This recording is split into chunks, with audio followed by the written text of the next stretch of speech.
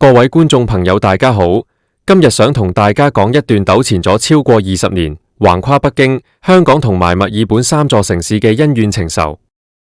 呢段故事入面有曾經驚豔影壇嘅一代女神，有地位崇高嘅樂壇天后，仲有一個喺2個女人同埋血脈之間掙扎咗大半世嘅男人。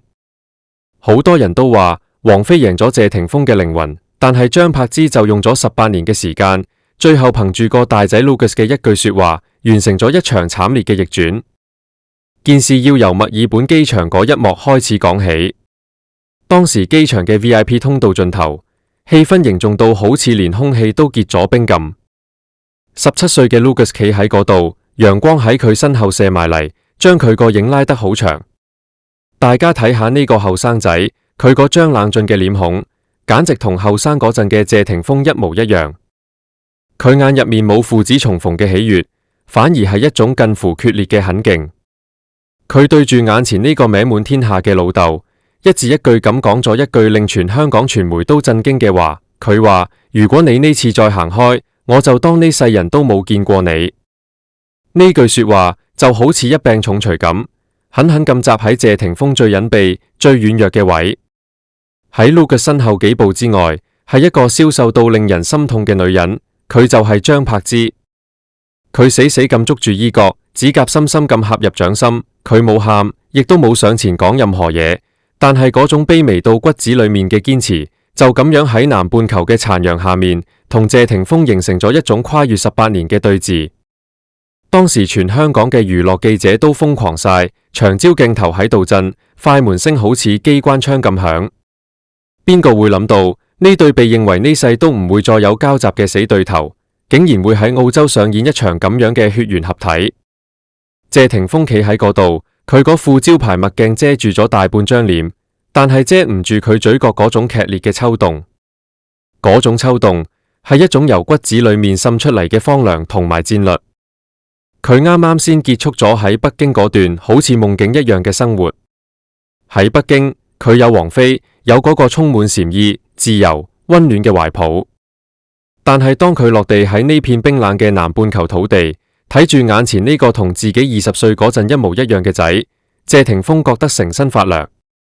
Lucas 嗰種倔強，嗰種睇透世事嘅荒涼眼神，直頭係謝霆鋒後生嗰陣嘅翻版。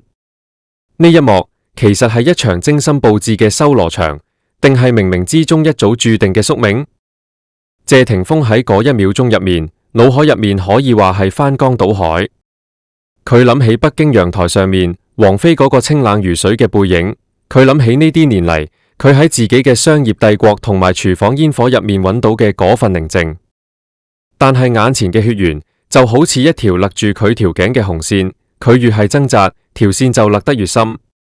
呢度唔單止係一次父子重逢，直頭係一場關於背叛同埋歸降嘅終極較量。謝霆鋒慢慢抬起手，想去摸下個仔個膊頭，但係隻手停喺半空入面僵硬咗。佢突然間意識到自己呢對手攞得起吉他，亦都掌握到金雀子，但係唯獨喺呢一刻，佢接唔住一個17歲少年掟過嚟嗰個帶血嘅質問。我哋要將時間撥返去謝霆鋒離開北京之前嘅嗰個深夜。北京嘅冬天好凍，暖氣片間唔中傳出金屬撞擊嘅聲。王菲坐喺嗰張好出名嘅淺灰色梳化上面，指尖夾住一支細長嘅煙，打火機就喺手邊，但係佢冇點火。佢就係咁樣望住落地窗外，望住成座城市喺夜色入面沉睡。謝霆鋒離開嘅前一晚，2個人冇嘈交。喺外人眼中，王菲係高高在上嘅天后，係活成傳奇嘅仙女。但係只有佢自己知，當謝霆鋒喺門口換鞋，講出嗰句要去澳洲睇仔嘅時候，嗰種由脊梁骨湧上嚟嘅寒意，係點樣瞬間凍結咗佢嘅呼吸。佢冇挽留，因為佢係王菲。佢嘅驕傲唔准佢同人哋前妻、同人哋個仔去拉拉扯扯。佢嘅灑脫係佢行江湖最硬嘅鎧甲。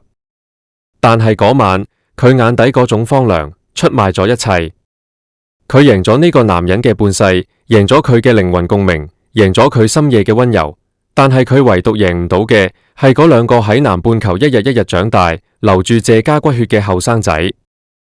呢種係一種命定嘅武力感。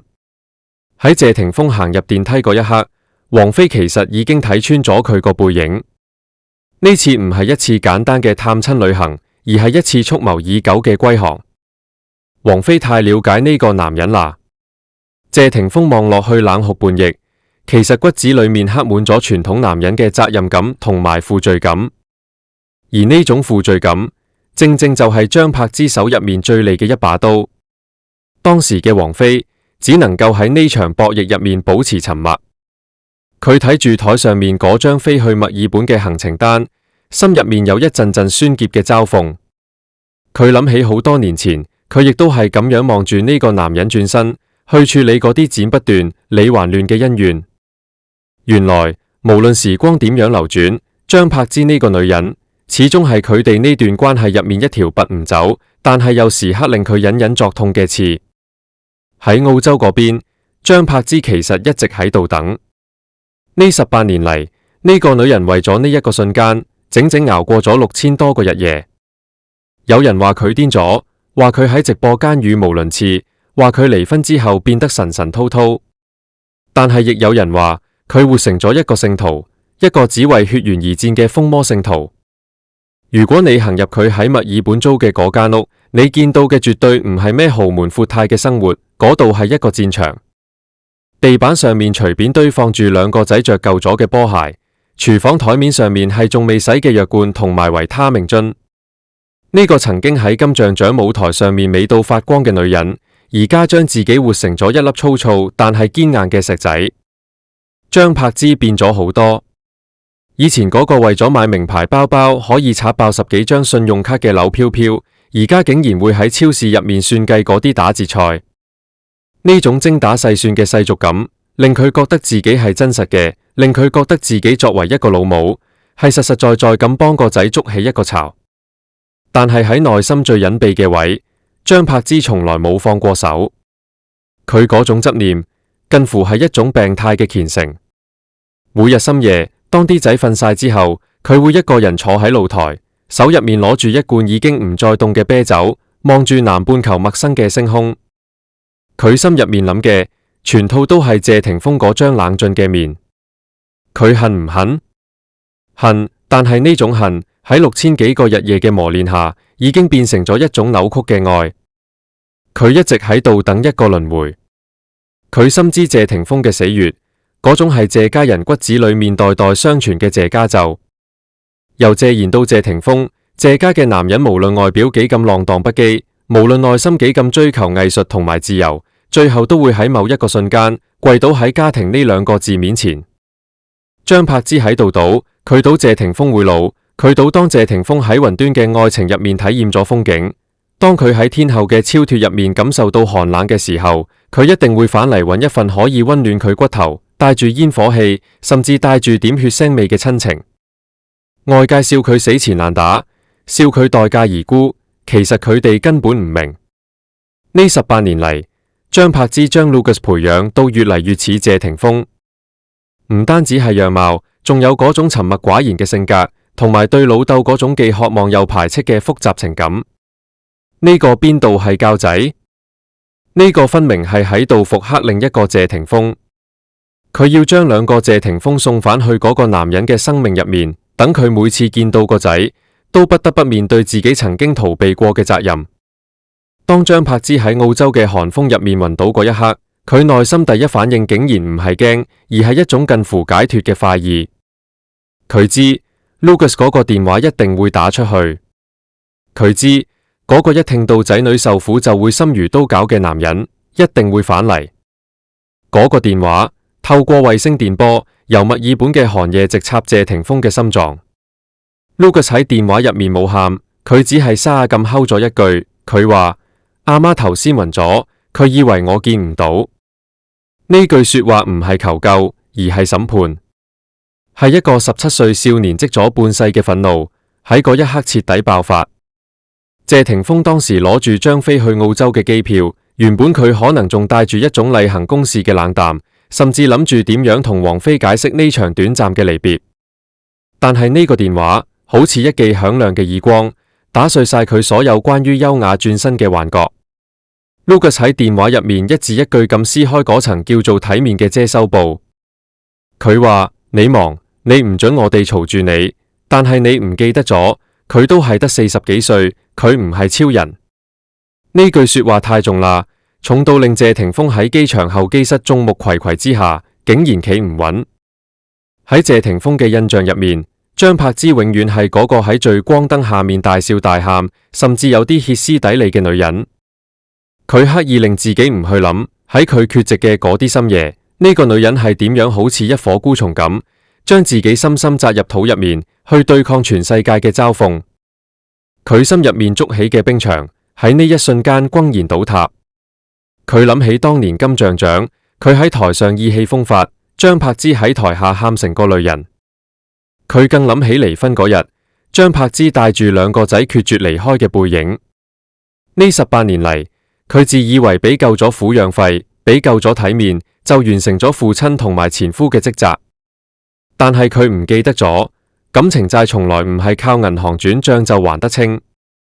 嗰一刻，謝霆鋒腦海入面出現咗一個好諷刺嘅對比，一邊係北京嗰間充滿禪意嘅畫室，王妃慢條斯理咁洗緊茶杯，空氣入面彌漫住高級嘅沉香，一切都係咁超凡脫俗。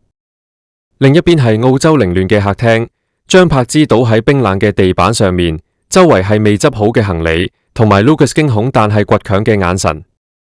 輕同重，靈同肉，喺呢一秒鐘達成咗最殘酷嘅對沖。謝霆鋒骨子裏面嗰種被隱藏得好深嘅英雄主義，或者話係嗰種無可救藥嘅罪疚感，被 Lucas 呢句說話徹底點燃。佢突然間意識到，自己呢世人走得幾遠都好，始終都被呢條血脈形成嘅繩索困得死死。佢唔單止係謝霆鋒，佢更加係呢2個後生仔嘅避風港。如果呢個港灣冧咗，佢攞咩去面對自己呢世人所謂嘅真性情？佢對住電話講咗一句：等我馬上到。掛咗電話之後，佢指尖仲喺度震。佢冇再傳短信同王菲解釋，因為佢知有啲裂痕喺 Lucas 打通呢個電話嘅瞬間就已經修補唔返。呢次唔單止係求助，直頭係一場奪權。17歲嘅少年用佢仲未發育完成嘅膊頭，狠狠咁撞開咗禁錮老竇18年嘅防線，將謝霆鋒由天后嘅雲端生生曳翻去張柏芝嗰個布滿灰塵但係真實無比嘅人間。謝霆鋒飛到澳洲之後，喺嗰間巨大嘅密室入面發生咗一場長達3個鐘嘅對談。呢度冇閃光燈，冇傳媒稿件，只有3個被命運游說咗又強行捏埋一齊嘅人。空氣入面彌漫住廉價外賣嘅味，同埋一種令人窒息嘅壓抑。張柏芝坐喺梳化一角，冇化妝，頭髮被風吹到亂晒。佢望落去好似一個守住最後領地嘅敗軍之將，眼神入面有一種令人心悸嘅死寂。而謝霆鋒呢個萬人矚目嘅巨星喺呢度局促到好似一個做錯事嘅細路。Lucas 冷冰冰咁問咗一句：你返嚟係為咗睇戲，定係為咗睇我哋死？謝霆鋒聲都沙晒，佢話：我只係嚟睇下你阿媽嘅病。張柏芝突然間笑咗，嗰種笑聲喺靜寂嘅房入面回響，凄涼到不得了。佢抬起頭問謝霆鋒：我嘅病你醫得返咩？你返北京啦，去你嘅世外桃源，返嚟做咩？睇下你啲仔係點樣喺冇老豆嘅世界入面長成野狗。呢場係一場冇硝煙嘅凌遲。張柏芝喺呢一刻將所有嘅卑微都轉化成最尖銳嘅倒鈎。佢唔再求謝霆鋒留低，佢甚至喺度推開佢，但係呢種推開實際上係用血淋淋嘅真相將謝霆鋒釘喺道德嘅十字架上面。謝霆鋒睇下 Lucas， 又睇下喺房入面探頭探腦嘅細仔 Quintus。佢突然間發現呢啲年嚟佢以為嘅保護，其實係一種變相嘅遺棄。當佢喺嗰啲充滿藝術感嘅廚具入面揾寧靜嘅時候，佢嘅仔正喺呢種支離破碎嘅拉扯入面，學會咗用冷漠嚟武裝自己。最終，謝霆鋒崩潰咗，唔係大喊大叫，而係一種無聲嘅妥協。佢慢慢坐喺張柏芝對面，隔住嗰張凌亂嘅茶几，聲細到幾乎聽唔到。佢話：我不行啦，至少呢段時間我唔走。聽到呢句話，張柏芝攢住衣角嘅手終於鬆開咗，掌心留低咗青紫色嘅指甲印，呢個就係佢呢場豪賭嘅代價。佢冇贏咗之後嘅喜悅，只有一種終於將溺水嘅人拉返岸邊嘅攰。佢贏咗，佢用自己嘅憔悴、仔女嘅怨恨，生生擊碎咗謝霆鋒嗰粒向往自由嘅心。嗰晚，謝霆鋒冇返酒店，佢蜷縮喺梳化上面，聽住房入面仔女嘅呼吸聲，望住張柏芝喺廚房忙碌嘅身影。嗰種久違嘅、平庸嘅，甚至令佢感到厭煩嘅家庭感，好似一張密不透風嘅網，將佢重新罩住。佢知北京嗰盞燈可能要喺今晚熄滅。其實呢場局入面，仲有兩個重量級人物喺背後發力，就係謝賢同埋狄波拉。呢對分開咗好耐，但係喺血脈利益上面高度一致嘅前度夫妻，喺呢一刻變咗張柏芝最隱秘嘅靠山。拉姑喺銅鑼灣嘅私人會所入面同朋友講起兩個孫，眼眶次次都紅得啱啱好。佢太清楚自己個仔。謝霆鋒骨子裏面嗰點冷係除咗謝賢，但係心入面嗰點軟係除咗佢狄波拉。拉姑話霆鋒呢個仔心太高，成日想往天上飛，但係天上面風大，冇個根，佢遲早要跌落嚟。佢手入面攞住謝家嘅種，嗰兩個仔姓謝。呢句說話先至係定海神針。喺謝家嘅價值觀入面，血脈嘅延續高過一切靈魂嘅共鳴。王菲再好，佢都係高不可攀嘅雲霞，係謝霆鋒生命入面嘅藝術品。但係張柏芝再點鬧都好，佢係謝家嘅功臣，係守住謝家祠堂香火嘅嗰個人。而謝賢呢位一生風流嘅四哥，喺晚年活成咗一個最孤獨嘅配角。佢睇住自己張巢晒嘅臉，再望住間空蕩蕩嘅豪宅，佢比邊個都明白孤獨呢兩個字嘅重量。佢支持張柏芝，唔單止係因為張柏芝孝順，更加係因為恐懼。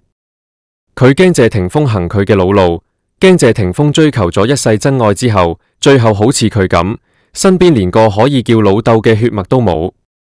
於是呢兩位長輩喺暗地裏面布下咗一張無形嘅網。每當謝霆鋒表現出想回歸家庭嘅軟弱，拉姑嘅關心電話就會準時到。每當張柏芝喺澳洲頂唔順，謝家嘅資源就會默默對接。佢哋用一種近乎殘酷嘅家族意志去對抗謝霆鋒個人嘅愛情自由。謝賢曾經喺深夜長嘆，話人呢世人逃唔過一個情字，更加逃唔過一個後字。呢聲嘆息穿過咗香江嘅水，回蕩喺墨爾本嘅殘陽入面。佢喺度話俾謝霆鋒聽，你以為你喺度揀愛人，其實你係喺度揀歸宿。你以為你走得開張柏芝，其實你係走唔開你嘅血脈天職。喺豪門嘅棋盤上面，王菲呢種局外人永遠都唔會明，點解嗰種沾稠、混亂，甚至充滿不堪嘅家庭關係，竟然可以戰勝嗰種純粹到極致嘅愛情。因為愛情係俾後生仔揮霍嘅，而家族係俾將死之人寄託嘅。拉姑同埋謝賢用佢哋嘅眼淚同埋嘆息，幫謝霆鋒鋪好咗一條返屋企嘅路。而遠喺北京嘅王菲，佢係點樣面對呢一切？北京嘅深秋，王菲嘅院仔入面落滿咗枯葉，佢盤腿坐喺地板上面，面前係一壺已經涼透咗嘅普洱。電話屏幕亮咗又熄，熄咗又亮。嗰條係謝霆鋒由澳洲傳嚟嘅短信，字數極少，內容蒼白。謝霆鋒話：柏芝病咗，仔女需要我可能要留低一陣。呢句簡單嘅說話，宣告咗一場長久嘅靈魂角逐，以最世俗嘅方式收場。王菲望住嗰行字，嘴角勾起一抹淡到近乎自嘲嘅弧度。佢冇覆，亦都冇追問，因為佢係王菲，係嗰個喺歌入面唱住相聚離開都有時候嘅女人。全香港傳媒都等住睇佢笑話，想睇呢位天后點樣歇斯底里，但係佢哋注定要失望。王菲嘅轉身冇眼淚，冇控訴。當謝霆鋒喺澳洲嘅廚房入面圍住圍裙扮演好男人嘅時候，王菲喺北京嘅清晨換上一身麻布衫，一個人去胡同口賣豆汁。呢種孤獨唔係淒涼，而係一種冷到極致嘅驕傲。佢比邊個都清楚張柏芝嗰場暈倒係真定假，嗰個電話背後有幾多算計。但係喺王菲嘅邏輯入面，真相從來都唔重要，重要嘅係謝霆鋒喺嗰一刻揀咗被嗰場算計套路。男仔嘅心如果動搖咗，就算你用鐵鏈鎖住佢嘅身體，佢喺你面前都只係一具冇靈魂嘅皮囊。王菲呢世人只要靈魂，佢喺心入面其實係憐憫張柏芝嘅。佢睇住嗰個女人為咗一個男人，將自己活成一隻隨時待命嘅困獸，將個仔當成博弈嘅籌碼。呢種愛太重、太污糟、太苦。王菲唔要呢種愛。王菲嘅轉身唔係認輸，而係不屑。我不爭，係因為我不屑喺廢墟入面執殘羹冷席。我不鬧，係因為我深知世間嘅緣分本來就係借返嚟嘅，到咗時間還返去就係。嗰晚，王菲喺社交平台發咗一張相，冇文字，只有一個空蕩蕩嘅窗台同埋一抹斜陽。外界解讀為孤獨淒涼，但係得明佢嘅人先知，嗰係佢喺度清理緊自己嘅世界。佢將屬於謝霆鋒嘅位，好似抹走塵埃咁輕輕抹走咗。天后嘅孤獨，從來唔係弱者嘅絕望，而係強者嘅清場。呢場跨越咗20年嘅愛恨纏鬥，最後喺墨爾本嘅微風同埋北京嘅寒霜入面畫上咗一個句號。當我哋剝開呢層華麗嘅外殼，見到嘅唔再係八卦，而係一場關於人性同埋歸宿嘅博弈。呢場博弈入面冇絕對嘅贏家，只有各自妥協嘅靈魂。謝霆鋒最後都係留咗喺澳洲，佢開始習慣嗰種沾稠嘅生活，習慣咗被瑣事纏身，甚至習慣咗張柏芝嘅抱怨。呢個係一種歸於土地嘅妥協。男人後生嗰陣都係想做荒野嘅孤狼，追求極致嘅自由。謝霆鋒曾經將王菲當成靈魂嘅終極故鄉。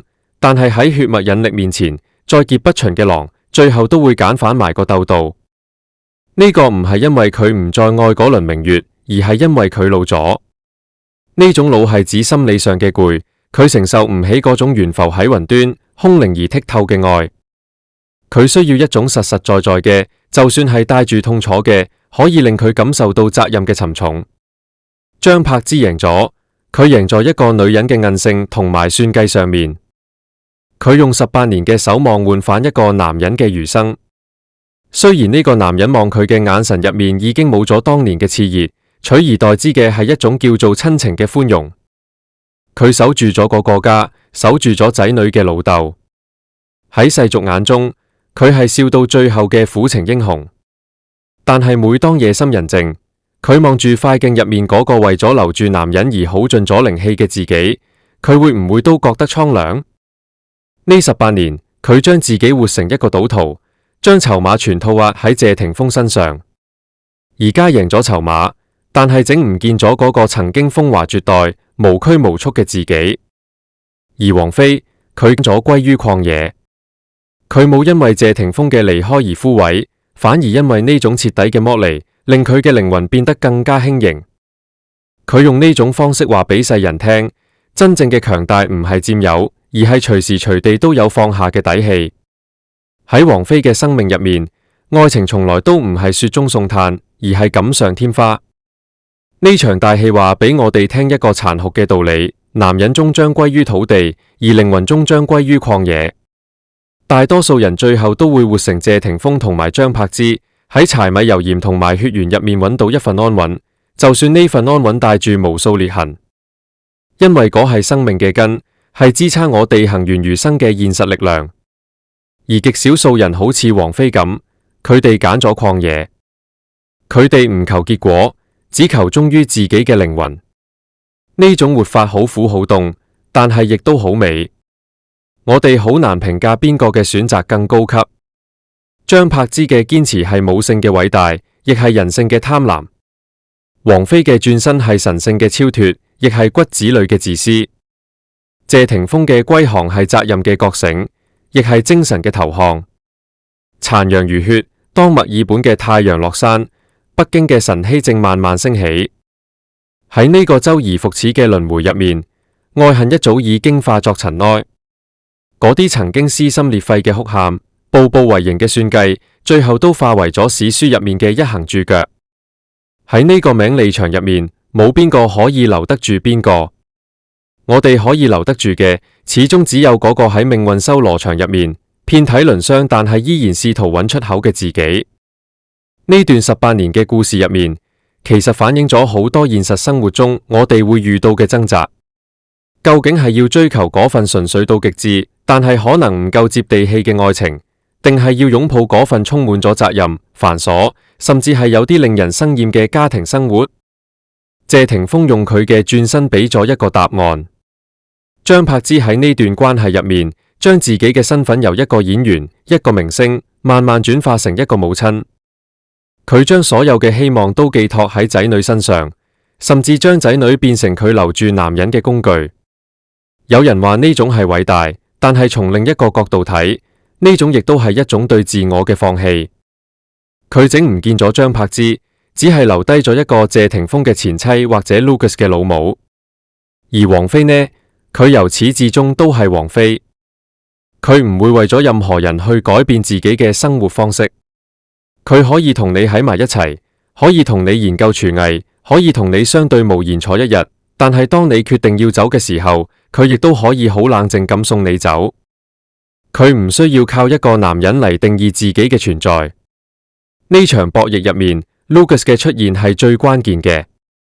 佢係謝霆鋒後生嗰陣嘅縮影，亦係謝霆鋒負罪感嘅具象化。當 Lucas 對謝霆鋒講出嗰句近乎絕交嘅說話嘅時候，謝霆鋒其實係喺度同緊後生嗰陣嘅自己對話。佢冇辦法拒絕 Lucas， 因為拒絕 Lucas 就等於否定咗自己嘅過去。到最後，我哋見到嘅係一幅咁樣嘅畫面。謝霆鋒喺澳洲嘅客廳入面，雖然身邊有仔有女，有前妻嘅叮囑，但係佢眼神入面嗰份落寞係點都掩蓋唔到嘅。而王菲喺北京嘅胡同入面，雖然形單影隻，但係佢步履入面嗰份鬆容係邊個都模仿唔到嘅。呢個世界上面冇完美嘅選擇，你揀咗煙火氣，就要接受煙火氣帶嚟嘅平庸同埋瑣碎。你揀咗雲端，就要忍受雲端上面嘅寒冷同埋孤寂。謝霆鋒揀咗返去地面，去造反一個凡人，去償還佢欠咗18年嘅家庭債。呢種歸航係一種宿命，亦係一種解脫。好啦，今日嘅故事就講到呢度。呢場橫跨20年嘅愛恨情仇，最後以咁樣嘅方式收場，唔知大家有咩睇法？係覺得張柏芝守得雲開見月明，定係覺得王菲嘅灑脫先至係人生最高境界？定係你同情謝霆鋒，覺得佢最後都被血緣困死咗？如果你鍾意呢段內容，記得點讚、分享同埋訂閱。你哋嘅支持係我繼續挖掘呢啲深度娛樂故事嘅動力。歡迎喺評論區留言，分享你哋對風飛之呢段三角關係嘅見解。我哋下次再見。